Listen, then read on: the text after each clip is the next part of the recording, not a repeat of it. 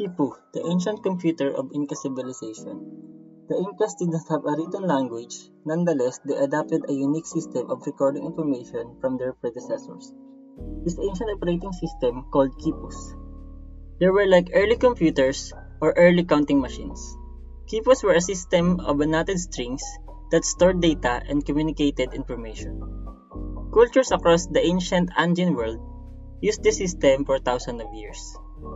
Inca quipus were primary counting tools to store numerical data. However, some studies suggest they were served literally and artistic purpose as well.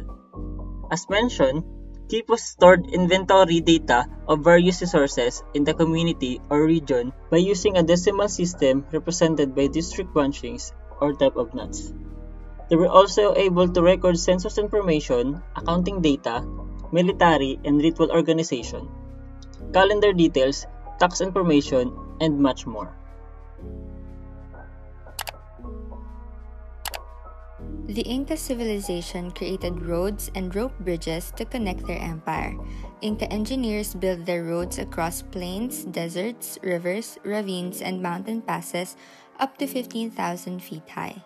The roads linked settlements and administrative centers, and they were built for communication, moving army troops, and to transport goods. Commoners were not allowed to use the road. It's estimated that the Inca built about 40,000 kilometers of road. Some sections of road were over 24 feet wide. Some sections were so steep that the Inca built stone walls along the edge to prevent people from falling off cliffs. Many sections were paved. Well-built and long-lasting, many roads included bridges and llama-friendly stairways. Suspension bridges were also built so that travelers could cross rivers and ravines. They were made with braids of reed or grass rope with wooden and fiber flooring.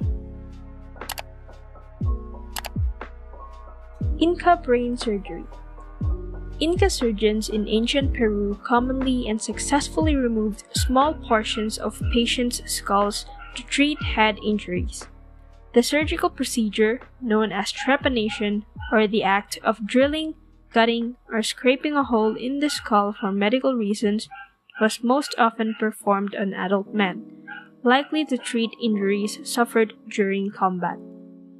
Many of the oldest skulls showed no evidence of bone healing following the operation, suggesting that the procedure was probably fatal.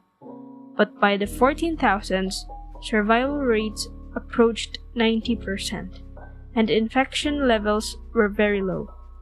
Based on the new findings of Valery Andrushko, a lead author of Southern Connecticut State University in New Haven, Inca surgeons had developed a detailed knowledge of cranial anatomy.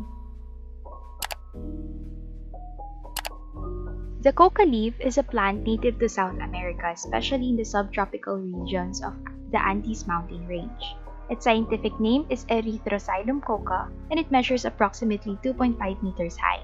It has white flowers and ovoid leaves. During the rule of the Topa Inca Yupanqui, the Inca ruler in the mid-15th century CE, the coca leaf was considered so sacred that it could only be cultivated by the highest and most favored classes. Incas used these leaves for its anesthetic properties that stabilize fatigue and stress. It is also used during hiking in Machu Picchu to reduce symptoms of altitude sickness.